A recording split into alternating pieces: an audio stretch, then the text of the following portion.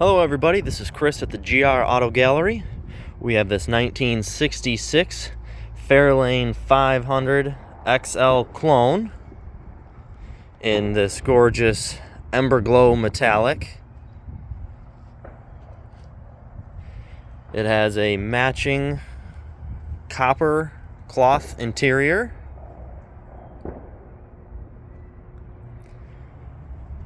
This car is powered by a 347 stroker.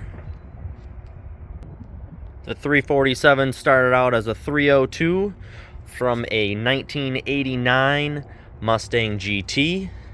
It now has the Sniper EFI fuel injection system, mated to an AOD trans with a forward 9-inch rear end.